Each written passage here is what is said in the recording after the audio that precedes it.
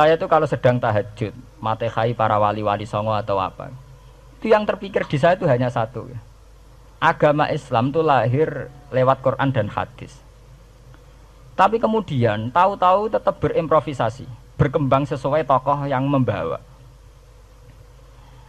Sampai kalau melihat Islam di India dulu sampai perang besar-besaran, kemudian zaman Abul A'la Al-Maududi, zaman periode Muhammad Iqbal, sampai India pecah, kemudian jadi Pakistan yang bernegara apa? Islam, karena banyak konseptor Islam yang tidak setuju negara sekuler. Akhirnya mereka misah jadi negara Islam Pakistan. Kemudian Timur Tengah juga begitu. Karena Timur Tengah sudah Islam semua, masalahnya itu diislamkan ala Sunni atau ala Syiah. Iran menjelma sebagai aliran Syiah. Yang Sunni dianggap sesat, halal darah.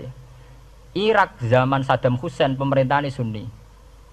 Sing Syiah dibantai sehingga wong Kurdi do mati. Era Saddam keok gentenan Saddam sing dibantai. Makanya kalau saya ngaji di Jogja, seminar di Jogja bilang, kita ini harus bersyukur. Kita ini punya tradisi konflik yang terbaik di dunia. Kita ini punya tradisi konflik yang terbaik di dunia. Sampai nak Isra Ikhwanil Muslimin teng Mesir, Badan Intelijen Nasional atau Badan Stabilitas Nasional, Bakor Setanas atau itu harus terima kasih sama tradisi tokoh-tokoh Islam di Indonesia. Lepas dari kita setuju tidak setuju itu terserah, tapi kita punya tradisi konflik yang paling baik di dunia. Kurang bencinya Gus Dur sama FPI atau FPI sama Gus Dur, paling mereka ya adu statement di depan wartawan. Itu bagus sekali. Cara neng Arab wis tembak-tembakan. Kita punya sejarah. Secara pesantren saya itu punya sejarah panjang.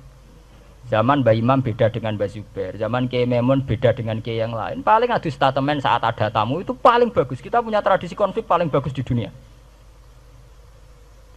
Kayak apa mangkalnya orang NU saat Gus Dur diimpis, dipecat. Tapi habis itu ya sering seminar ketemu Amin Rais. Ya mereka adu polemik, ini tidak konstitusional, ini apa. Gus Dur nggak jurus dekret, sing sitok nggak jurus sidang istimewa. Nah, kurang serem sidang istimewa dilawan sidang luar biasa. Pokoknya agak istilah sing serem-serem. Tapi tidak saling bunuh loh, sampean harus syukur loh. Selama ini orang awam sering bilang, loh kiai kok tukaran. Sampean bandingkan di Timur Tengah, jenenge tukaran mesti tahdirudam. Para polisi, para badan intelijen, para yang menjaga stabilitas negara ini harus terima kasih sama tradisi tokoh-tokoh Indonesia. Yang namanya di Mesir, di Irak, di mana-mana jenenge tukaran mesti melibatkan pertumpahan darah. Saat Arab Saudi jadi Wahabi itu besar-besaran itu.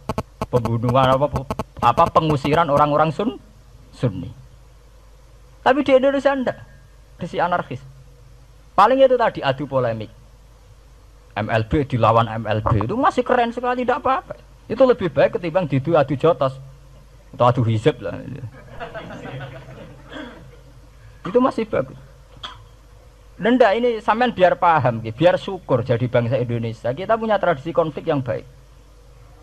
Sama nak setelah peristiwa teng Irak, ya, teng Sudan, teng Khartoum, teng Darfur, itu kan orang Islam semua. Gara-gara beda mazhab saling bunuh. Di Mesir ya gitu, Ikhwanul Muslimin dengan pemerintah dan sebagainya. Hatta saya sebesar Sayyid Qutb, sing tokoh populer mohon gak budutnya boten jelas. Di Indonesia bagus sekali. Kita menangi zaman secara sejarah, ya. Kita menangi bedanya dulu Ahmad Hasan dengan tokoh-tokoh NU. Kulo nu menangi secara sejarah sering baca. Terus zaman anyar-anyarane NU asas tunggal, bedanya Gus Dur dengan Kiai As'ad. Sak mangke bedane PKB dua versi. Mereka menyelesaikan secara beradab. Lewat pengadilan, kok pengadilan kalah lewat MA, beradab sekali. Kita harus bersyukur. Dibanding penyelesaian konflik kayak di Irak, kemudian ngundang Amerika, akhirnya sekarang kacau balu. Di Timor Leste yang latihan bikin Ramos Hurta disuduk. Indonesia paling banter ngobong fotonya SBC. Ya masih terhormat lah, masih artinya masih beretika.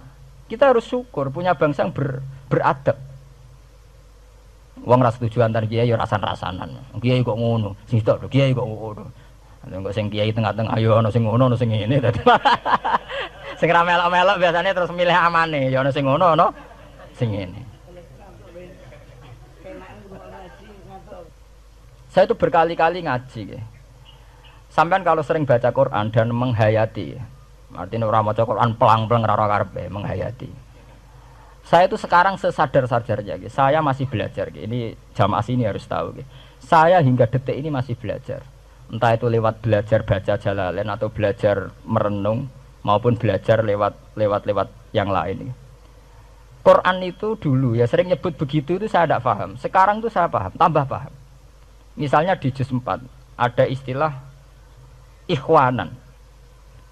Orang mukmin disuruh ingat peristiwa-peristiwa yang dulu saling kuntum a'daan fa'allafa baina qulubikum fa'asbahtum bi ni'matihi napa ikhwanan.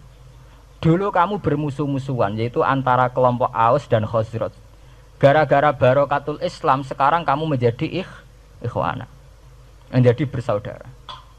Sampean kalau melihat TV merunut konflik di Irak, sering ada bom bunuh diri, itu kan ada asal usulnya. Memang sekarang orang menimpakan kesalahan itu pada pasukan multinasional yang dipimpin Amerika dan Inggris. Tapi sebetulnya ada usul-usulnya. Sampai Amerika bisa masuk karena orang Irak tidak ikhwanan. Tidak apa? Yaitu ada Syiah, ada Sunni, mereka saling menikam, saling bunuh. Sehingga karena ada ikhwanan ini pihak ketiga masuk, yaitu tentara multinasional. Makanya saat di Jogja ditanya, cara jenengan sebuti menyangkut Ahmadiyah, menyangkut konflik di Jakarta, saya bilang sekarang setiap orang bikin from apa forum, yaitu baik kalau niatnya baik. Tapi andaikan saya ditanya Tuhan nanti, hak kowe iku kelompok apa? Pokoknya angger NU atau Muhammadiyah aja mayoritas, aku milih salah sitok itu. Bukan karena saya oportunis milih yang besar, itu lebih baik, lebih maslahat. Karena kalau setiap orang merasa benar bikin kelompok sendiri akan menjadi kelompok banyak. Dan saat menjadi kelompok banyak, tentu konfliknya lebih tidak terpola. Tidak apa? Terpola. Umpama Hasim tukaran mbek Din Samsudin itu terpola. Tapi nek angger wong ngrasa ketua dhewe tidak terpola.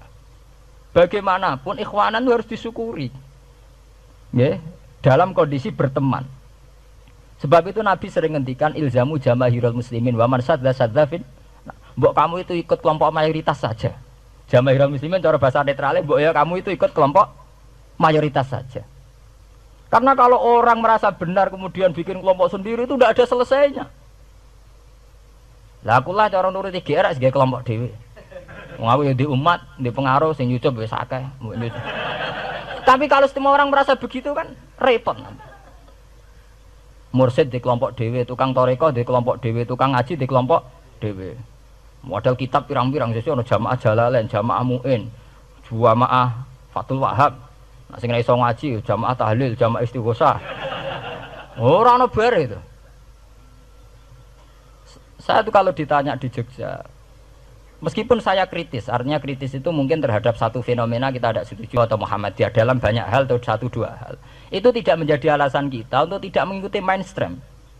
Karena kalau mainstream ini dilanggar, itu kita tidak akan ikhwanan. Dan akibat negatif dari tidak ikhwanan adalah kayak kasus Irak.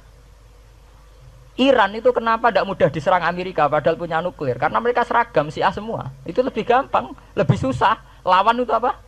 Susah. Arab Saudi juga mudah diadu karena karuan seragam Wahabi semua. Kita tidak bicara itu ya akidah. Mungkin kamu bisa debat Wahabi itu benar apa enggak. Tapi karena relatif aman, nggak diacak. Indonesia juga gitu. Kenapa tidak banyak konflik? Karena orang itu Islamnya kalau udah NU ya Muhammadiyah. Buat cocok-cocok, boleh milih. Itu lebih mudah. Ketimbang ada faksi-faksi baru, kemudian stabilitas menjadi tambah kacau. Mulane kula niku saya loh ya, saya pribadi menghimbau ya. Melihat ayat itu dihitung Tuhan sampai Allah ngendikan apa kuntum a'daan fa'allafa baina qulubikum fa asbahtum bi ni'matihi napa. Kekuatan sebuah negara itu bukan karena senjatanya canggih, tapi karena rakyatnya tidak bentrok. Ya bayangkan kayak Indonesia.